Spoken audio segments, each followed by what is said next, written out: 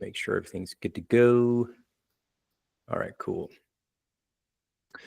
Alrighty, I'm excited to welcome Sangram Vajre, a 3-time founder, category creator, and one of the most influential voices in account-based marketing and go-to-market. He founded Flip My Funnel. He served as CMO of Pardot, which was acquired by ExactTarget, and later by Salesforce again for $2.5 billion. He also co-founded Terminus, which helped pioneer the ABM movement. He's the author of 3 books on marketing and growth. And today he's the co-founder and CEO of GTM Partners. So excited to have and welcome Sangram. I love what you're doing. I love the category that you guys are in, and just the brief conversation you and I had. I think this is going to be a fun conversation.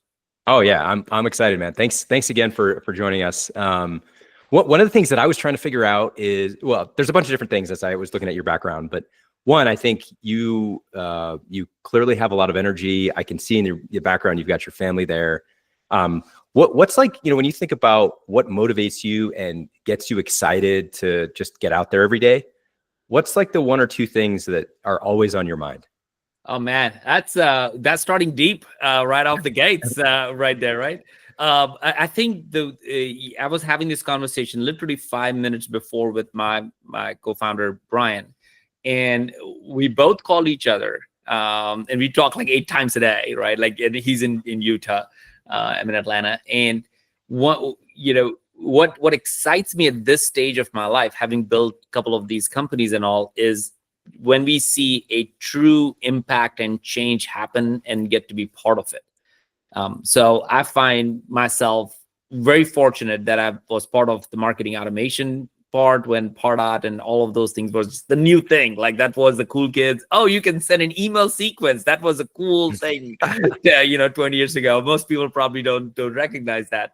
And then ABM, because I was in a conversation with my head of sales at Salesforce, and they said, give me more leads. And I'm like, I gave you 3,000 leads. How many more leads do you want? He's like, your job is to give me more leads. And I'm like, okay, there's something wrong, because I feel like a coin-operated lead machine here. And I thought my job was bigger than that. And that led me to start Terminus, and the ABM movement really was born out of that conflict and conversation. And then at building a Terminus, I was we had great marketing, great sales motions, but then we had churn issues in the beginning as we were building this new category. And I thought, man, this customer success team sucks. They can't retain customers. And I realized that go-to-market is so much bigger than marketing and sales. It's really the whole marketing, sales, customer success, ops together. And so when Brian and I were chatting this morning, I think what has always energized me and him, and as we have built multiple companies together, is when we see something that's going to literally change the way the market is going to behave or people are going to behave, and if we can see just around the corner of what's happening and actually start putting stakes in it, that gets me super excited, because I think there are only a couple of times in our lifetime you get to be part of creating something or being in front of something. And I feel very fortunate that I have got to do that a couple of times. Yeah, I was gonna say you absolutely have been looking around the corner. It's almost like you have a time machine where you're looking forward and coming back and saying, hey, Sangram, you should probably go work at Pardot or something like that. I mean, it was, but most people don't realize this, and this might be just a helpful advice for everybody. That opportunity came out by me trying to do something that I've always asked people to do: go buy people lunch. That's the best investment you could ever do in your life, is to go buy people lunch. It doesn't cost a lot of money. And I would just go and meet Adam, who was at that time the co-founder of Pardot. And I was a client of Pardot. We were using it in my last company.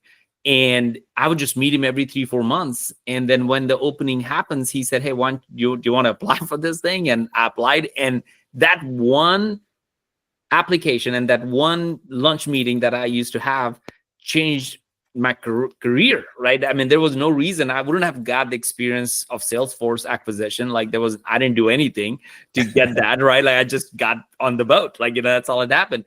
And then Terminus happened because I had that really bad conversation and conflict that said there got to be a better future than that. So you never know what that is, but one would never go wrong buying people lunches all day long. Like, that's the best thing you could do.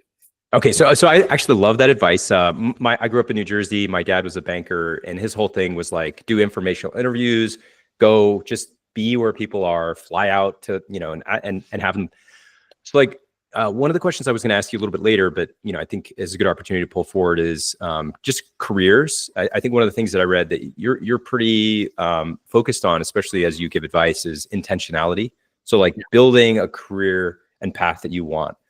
So you talked about taking people to lunch. What do you? I don't know, like whether it's your kids or your family, like what kinds of advice are you giving outside of the take them to lunch, or is that like the number one go-to? Well, my son is 15, my daughter is 10 now. I think my son has gotten out of the age where he would take my advice. I have to tell him advice to other people. But I think having mentors is like the best thing. So one of the best things I feel, and he'll probably appreciate later on, when he turned 14, I just had 6 people, godly men, who are like someone is in college, someone has a job, someone is a little bit like in their 50s. I just had these 6 people come and pray over him and be part of his life for the rest. So he's like, look, you're gonna get in trouble and all kinds of stuff in the next few years. You got to have 6 numbers on your phone that you can just pick up the phone and call. Hopefully you'll call me first and I'll be there for you. But in whatever reason, if you don't feel, I want to make sure that you call one of these 6 people. One of them is a police officer, is a friend of one, is a county commissioner. So I feel like you would be okay. So you can definitely always get out of trouble. Yeah, you would be. I would rather have you call me or one of these 6 people if you ever. So to me, and I have him go to lunch with them or meet with them, at least one of them, at least once a month. And honestly, again, and he has done it. He and I had been in conflicts here and there, and he would just go out and just call one of them. I'm like, if you're not calling your other 14-year-old friend to get advice, that's the best thing. Call one of these 6 people. And I think that's what we all need. We need mentees and mentors all of our life, no matter what age group we are, to learn from and to pass on all the time. And I think that's something that I've obviously done that with my son. Yeah, absolutely. It sounds like also you clearly understand that kids stop listening to the parents at some point, and that. So I love that. My experience, I went to Brigham Young University in Utah, and my dad worked, as I mentioned, Wall Street guy, but he also had a lot of friends who became professors, who kind of went from professional to academic. And it seemed like once every couple of weeks, I'd get an email like, "Hey, do you want to go out to lunch with me?" And I was like, "Who are these people?" And then I talked to my dad, and he's like, "Oh, I knew that guy." And that helped provide a lot of support, especially when you're far away and you don't know what you're doing. You need that guidance, but you're not going to listen to your dad. No, so, I found out the hard way. I wish I would tell you, Scott, like, man, I knew about this thing. It hit me hard about 6 months ago, where he like, I know everything. I'm like, okay, we have reached a point where no matter what I say, it's not gonna work. And I think it's important. I think they want to spread their own wings at some point, and it's true for all of us. Like in businesses, like I think all the businesses that you're starting, I've done and continue to do is, we are trying to see what the boundaries look like. And so are our customers. They're constantly figuring out, like, what else can this thing do? Can that make my life a little bit easier or better or faster? And as long as we are in that mode of trying to figure it out, I think it's a beautiful experience.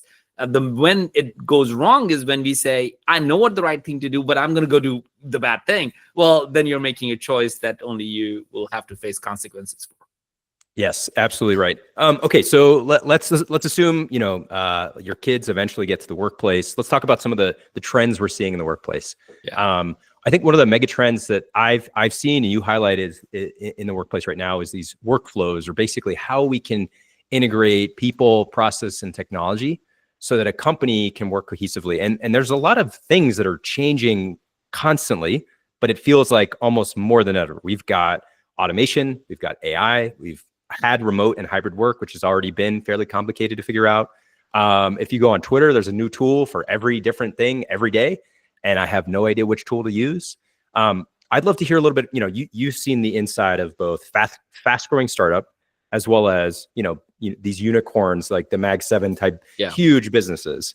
What are you seeing right now in the workplace with how things are working cohesively, bringing all these people, process, technology together, and what's making it hard and difficult?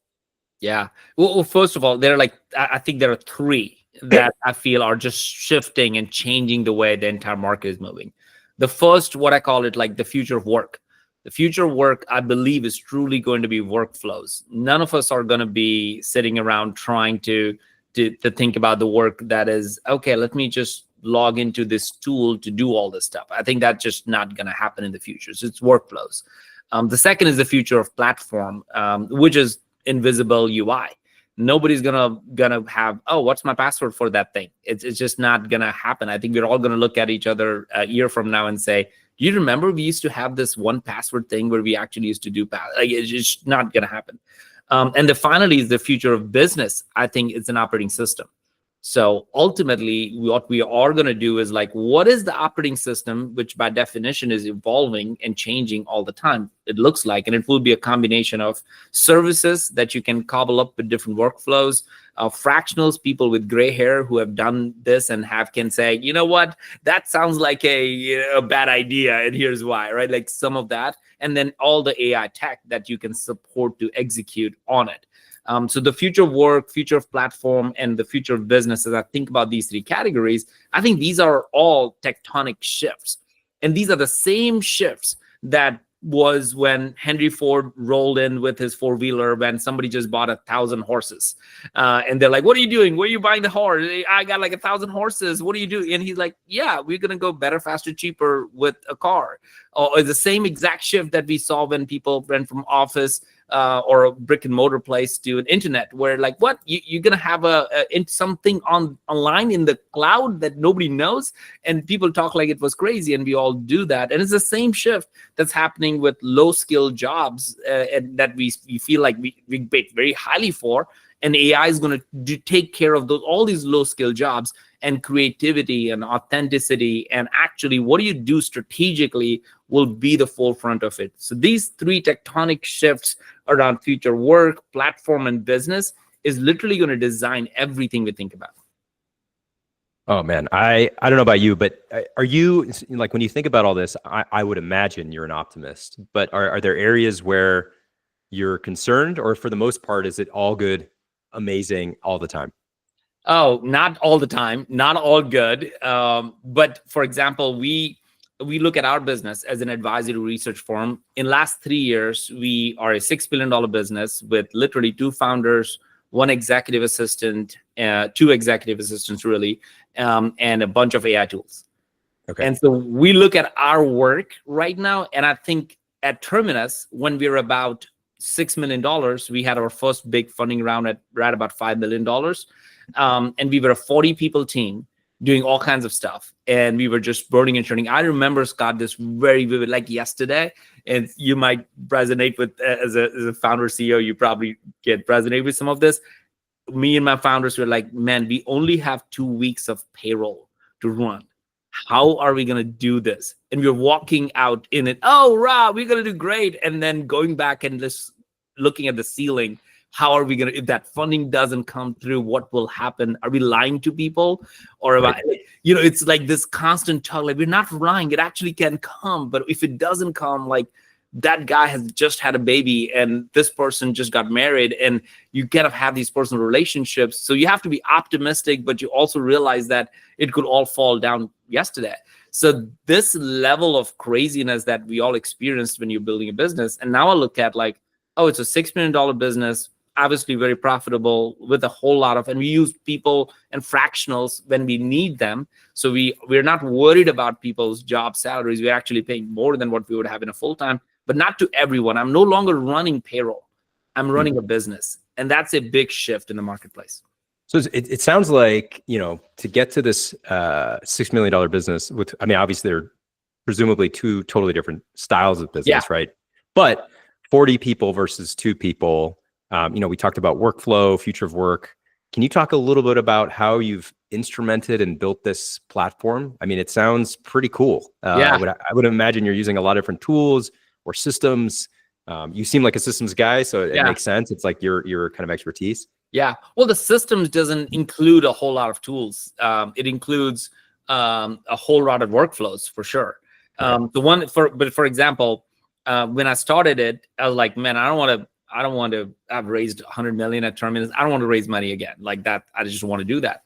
So I'm like, well, but if I have to create a blog and write, and then I need a marketing automation, which is obviously one of the companies I was part of pioneering. I'm like, but who uses marketing automation? I don't know if I want to use it. Like, so I'm like recalibrating my own thesis, like I'm ending my own era, if you will, on these things. And I was like, maybe if people want to read our research, what's the best way? So we started the email on Substack.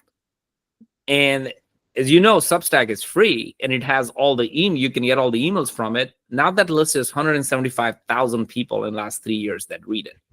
Wow. And it's got the greatest hack on it. I don't think we would have ever done it if it was a blog. It has nothing to do with content. The content is great, and that's fine. But every so often, I see about 600 to 1,000 people sign up on a day. And I'm like, where are these people coming from? We're not running paid ads or anything. What happens is, because it's on Substack and it's like a research note, people read it and they say, oh, that's a good research note. And they drop it in a Slack. And all of a sudden, voila, the 600 people from IBM just showed up because somebody dropped it in a Slack group at IBM. So I feel like we have to reimagine the playbook that we all have run. If you really need to write a blog just to write a blog, or do you want to create a research note? Do you want to just create a campaign for the sake of a campaign, or you want people to stop scrolling and pay attention? So when you start asking those questions, do you want to just do just marketing the business as you do, or you want to actually run the business of marketing, which will pause us to reflect on everything we're doing? So all we have done is like a scarcity mindset is like, hey, we're not, if I have to send 175,000 emails through a marketing automation platform, I would have to take a second mortgage. So why? And now I use Substack and send it for $0, and I get all the analytics I need. I'm not trying to create a crazy stuff. I'm trying to build a business that takes less time, not more time. Yeah, absolutely. I definitely resonate as well with the sending. So we have a newsletter we send every month. It's probably 650,000 people, and we've used a bunch of different tools over the years, and like every single one tries to eventually extract a pound of flesh from us, and we have to be like, how can we survive? And it's finding new tools, platforms that make sense for this distribution angle. I think another thing that's really interesting too is like you're talking about Substack as a distribution engine, which is, like you mentioned, it's an incredible product. It's straight. You own the emails, as opposed to like other platforms maybe where they're kind of abstracted away. But how are you thinking about like GEO, SEO, content delivery development in a world where I maybe don't have that one-to-one relationship? It's abstracted by an AI. I think like posting on LinkedIn, I can see who liked it and commented, but GEO, it's sort of harder to figure out. I'm not sure if you have any advice there or thoughts, but that's an area that's new and different, I think. Very much so. And I'm seeing all the same SEO startup services happening for AI platforms, right? Saying, hey, we would help you rank on ChatGPT. And I'm like, we going back to this again? Like, isn't that what we came out of? Like, it's supposed to be better. It's supposed to be better. So now there are services that will help you rank on ChatGPT. Well, ChatGPT is evolving so fast, it's going to be worse than, in terms of the way of innovation is going to be faster than what Google is. So I think we have to go back to the first principles. The first principles dictates that ultimately, if you create great content, great research, great value add, people will talk about you. If people talk about you, they will use it and they will share it. And if they do it, the word of mouth is ultimately the best marketing that one could ask for. All the other things are just part of distribution. The other part of big distribution, if you really want to get there, is partnerships. People don't think enough about that, and they would rather do SDR direct role, as opposed to, if you create, our research shows that the fastest and the highest and the greatest value that companies created in the last 2 years were through partnership deals. Most did not do it through inbound or outbound. They actually did this with $1 million, $2 million, 3-year long-term deals with integrations and partnerships that actually made them go faster, with the exception of a couple, right? Like 90% of all of our research shows that partnership was the best go-to-market motion companies use to grow at an exponential rate than any other way that they have seen. So these are a little bit out of the box go-to-market plays that don't fit into the traditional let me do 3 podcasts, 2 blogs, and 2 webinars a month, right? Like it doesn't fit into that box anymore. I feel like this is probably one of the most difficult things is, you made a comment earlier about fractional folks working with you, the gray hairs. It seems like the entire industry of the work, the tools, the people, we're all having to kind of reimagine how work works. Yeah. And like you mentioned, the workflow, the platform, the business, the operating system. And it seems like you basically need to sort of be resilient and decide that you're going to change and you're going to adjust. Yeah. Which a lot of people really struggle with. Is there like a, I don't know, nugget or piece of advice there? I feel like for me, every time I have to take a deep breath and say, I'm going to learn this tool this week or this day, I would imagine the same for you. Like you're seeing all this change, right? Yeah. Well, I'll give you a very humbling experience, Scott, on this one. So after building 2 companies that had clearly over 100 million in exit, I'm sitting like early last year and looking at all the things we do. And I'm like, man, I don't want to have 20 calls a week talking about our advisory work. Like this does not make sense. I don't want to do that. And then I saw on YouTube a 20-year-old guy just telling how to build $1 million business with using a course. And I'm like, I watched a few videos and my ego was like, I'm not paying this guy a dime to teach me anything. He doesn't have kids. He doesn't have life. He has not earned a dime in his life beyond this thing. Like I'm telling all this story to myself, right? And then I bite the bullet and I say, you know what? I'll pay. So I paid to be in his program, which sounds so out of character for me. And then I paid for it. And within 3 hours of his, like, whatever this, 90-hour session, I got what I wanted because I have the gray hair to know where he's going and what he's talking about. And what it did for me was just completely changed our business. And what we started to do was like, oh, course is the new webinar. I never thought about it. And so now what we do is if somebody wants to work with us, we literally send them a 60-minute course or a recording of it. We can track all of it. And I said, don't talk to me unless you watch this 60 minutes. So in a way, that 60 minutes shows them how we work, what we do, how we do. We don't even talk. We have no slide. I've never had a slide after that. So only the people who are interested to work with us, they will obviously go and watch it if they want to work with us. And since they've already spent 60 minutes with us in that thing, and they can do it whenever they want. It doesn't have to be on a Friday at 2 p.m. like all the old way of doing it. Some people watch it over the weekend, and Monday morning they'll set up a meeting saying, I want to work with you. I understand how you guys work. Now I have a few questions of how we can work on this thing. So instead of having 20 calls, we went to 3 to 5 calls a week. Now, in a traditional sense, that would mean, oh, you went from 20 to 3 calls or 5 calls. It's broken and it's the reverse. You cannot be more wrong about that. So ours is a much higher margin business, less time that we're spending on it and creating more value for it. And we're only talking to the people who want to work with us and not everybody. It's just shifting everything. But that's the advice that I'll have is take the ego off the equation.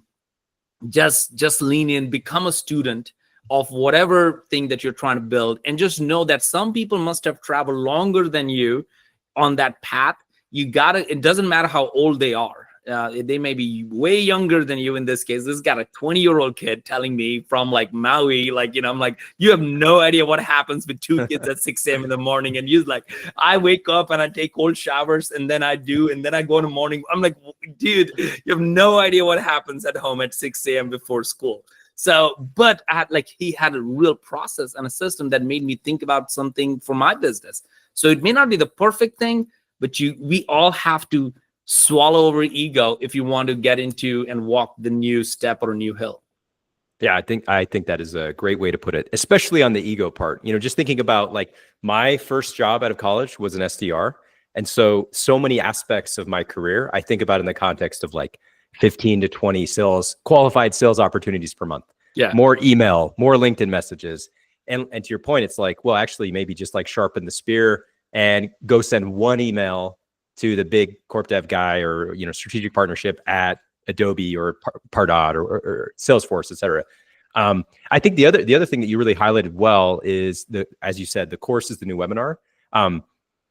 I'm finding more and more that instead of kind of teaching you the principles of something, we're seeing people who are like, hey, let's build an app right now. I'm going to walk you through it, whether it's like Figma Make or Replit or any of these tools. It's incredible. And you can actually see it.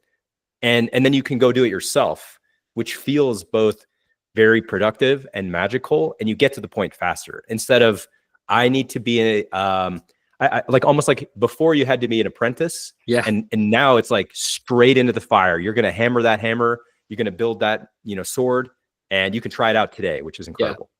Well, and people right now, we created a research note around old playbook, go-to-market playbook, and new go-to-market play. What would that look like? And it always comes down to, Scott, is that everybody knows all the things to do. The problem is no longer knowledge anymore. The problem is more like, are you going to be a showstopper in a way for somebody to using the fashion industry point is like, there's always one person that dresses differently and stops the show. Yeah. How do you do that for your customers? Like, because right now everybody sounds the same. Everybody seems that they're incrementally making things better. And it's too much tax on somebody's mind to say that, is it worth for me to switch? Is it worth for me to do that? And I think that's where we're all taxed really big. So what actually, as a result of this, what everybody's paying for, and technology vendors specifically, they're paying optionality tax. Everybody's saying there are too many options. So what happens when you have too many options? You don't either try any one, or one artificially goes up and then down because people are paying optionality tax all the time. And over a period of time, what's going to happen is their different options are going to come together. We just saw with the Clary and SalesLoft thing that happened, right? Like, it's so interesting. All of this stuff is going to start merging into like, well, what part of the solution it's going to solve for me? What big problem is this going to solve? I'll give you a classic example of just going through this process. When I was at Terminus, I went from being a co-founder CMO to a chief evangelist because there's a whole story if you want to get into that in a second. But I would go and ask my reps, which are the top 10 accounts you are trying to close this month or next 2 months? They will always know. They will always know I'm trying to close Twilio. I'm trying to close this and that. All right. I will go as a chief evangelist at a podcast, the Flip My Funnel podcast, and I would ping the CMO of Twilio saying, I'm going to interview some of the top CMOs out in the marketplace. And that was a different way of doing ABM, not running ads, not all the stuff our technology did, but this was like ask, like, here are the top 10. And I would not even talk about Terminus with them at all. I would just talk about their journey, what they did, how they become a CMO, and all that stuff. Do it for 25 minutes, have a 45 minutes meeting, but do it for 25 minutes. And eventually, inevitably, they will ask, so what do you do again? And what does your technology do again? And then I have 10 more minutes with them, right? So I'll share a little bit about it. And 99% of the time, it will always happen. 1 or 2, they won't care and they will move on. But 99% of the time, it will always happen. So I spent 10 more minutes talking about it, building even a deeper relationship, maybe figuring out when are we going to meet next. And he's like, hey, you know what? It'd be great for you to talk to Ali on my team about this. I'm like, yeah, happy to. So we literally closed 100,000 deals. This is at early days of Terminus, just on one podcast. And this, so I think when you start thinking about all of this thing, is like, there are massive playbooks available right now. It's just not knowing when to use what playbook. You can use any of this stuff, but you have to figure out what makes sense for your customer. Yeah, absolutely. Wow. I love to hear, the perspective of somebody who's used the podcast to drive revenue. Because I think, at least what I used to think about podcasts solely was, it's like an ego thing. You just want to invite people who are cool and talk. And, there's so many different angles. There's content creation, relationship building, pipeline generation, or, also just for fun. But it's super interesting to hear your kind of playbook there of like, almost like targeted ICP, go out, reach out to them, schedule the podcast, and just, and what one of the things that's hilarious, I think, is, I read that book, How to Win Friends and Influence People, like maybe 20 years ago. Yeah. And there's like a section where it's just like, don't ask them for the thing that you want. Eventually they'll ask you. And it's like, oh, okay. Yeah. Sangram is just doing the same thing, but on a podcast. That's amazing. Yeah. It's also like, I'll give you another example on it. So Seth Godin, I've interviewed him like 2 or 3 times. He obviously is the best known for everything in marketing world. But instead of reaching out to him, I actually went and bought 50 of his book, This is Marketing, and then emailed him and said, hey, Seth, I've bought 50 of your copies of the book. I've given it to all of my team. It'd be awesome if I can interview on a podcast. No, it wasn't. I could have flipped it. And I could have said, hey, if you come on my podcast, I'll buy 50 copies of your book, right? I could have done that. And I think people do that kind of stuff. But I just did not. I just assumed good intent in the whole thing. And I could imagine, I put myself in it. If somebody bought 50 copies of my book and said, hey, can I be on? I would be like so excited to be on that person's podcast because he didn't have to do that or she didn't have to do that. And they did it. So Seth came on the podcast twice. He remembered, he appreciated that. And he literally within 24 hours, he responded and we had a podcast. And I think about scenarios like that. Same thing. It's what is your intent ultimately to get through where you are, where you want to get to. And if you can think through from the lens of your customer, whatever that lens is. In the CMO case, it was the CMO wanted to be known and associated on a top 50 business podcast. So that's the lens I was providing it. Seth wanted to feel valued and wanted his book was just launched. So he wants sales in order to be the top bestseller in the category. I'm like, I want to help him get there. And if I help him and if I help enough people, eventually they all will help me is absolute abundant mentality that has always worked. Yeah, I think the there's like 2 ways to look at that. One is it's beautiful. The other way is sort of this pessimistic, like selfish thing. Yeah. But I love how you framed it as this abundant approach. Okay, so we have a couple minutes left, and I'd love to know your thoughts. I mean, we've talked about the future work a little bit, but maybe as you've been working specifically with GTM Partners, and you've either gone out and invested in a company or you've been kind of researching and looking at, obviously you see the tools and the products and the workflows being developed. What are you like most excited about that seems like maybe we're kind of cobbling towards that's going to be different a year or 2 from now? Yeah. What I'm most excited about right now is products creating new products. Okay. So think about like you guys' tool, for example, you are transcribing and getting all this content from all of your clients right now. You have all the access to all kind of things, and depending upon how you look at that, imagine if you could just see what's happening with all those millions of downloads, millions of transcribes. What are people doing next from it? Are they just downloading it? Are they actually putting it in another tool? Are they actually using it for some other purpose? And if you can apply AI to it, and it should give you like, oh, 90% or 50% of our people actually downloaded and uploaded in Riverside, or downloaded and actually just create another clip out of it. And that would essentially inform your product team now, what's the next product to create and your entire life cycle. The old school way was like, I'm going to go talk to my 10 happy customers and it will be all fluff because those are completely biased responses. But now there is no excuse for any product company out there in the world to say, I don't know what my customers are doing.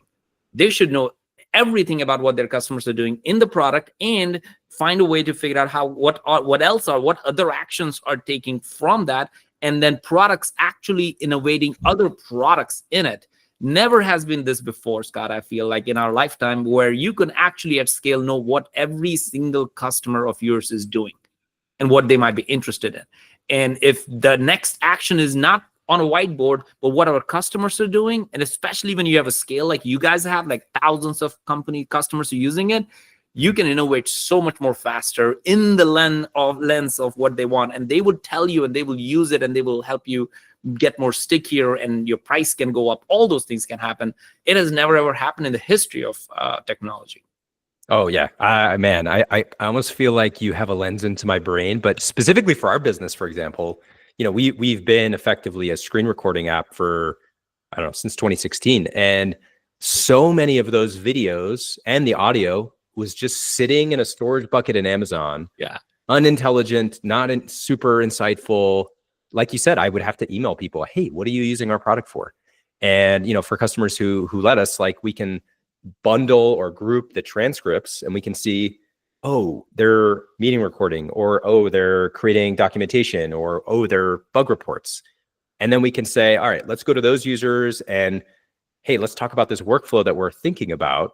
And it really short circuits this process. So I also kind of, I mean, in the same vein, I feel like there's sort of like this AI workflow, there's this AI agent. So the workflow helps capture and, categorize the content, and the agent helps you actually do the next thing that you want. Like, Yeah. It's cool that you can summarize my email, but could you just send the email for me? Yeah. How are you thinking about like the sort of next thing? Like once we've got this video transcript integration, that data information layer. Yeah. What's like after that? What's once we add intelligence to it? Yeah, it's a great question. I feel like the doing is no longer a big idea anymore, Yeah. right? Because all tools are going to continue to get better and better at doing it.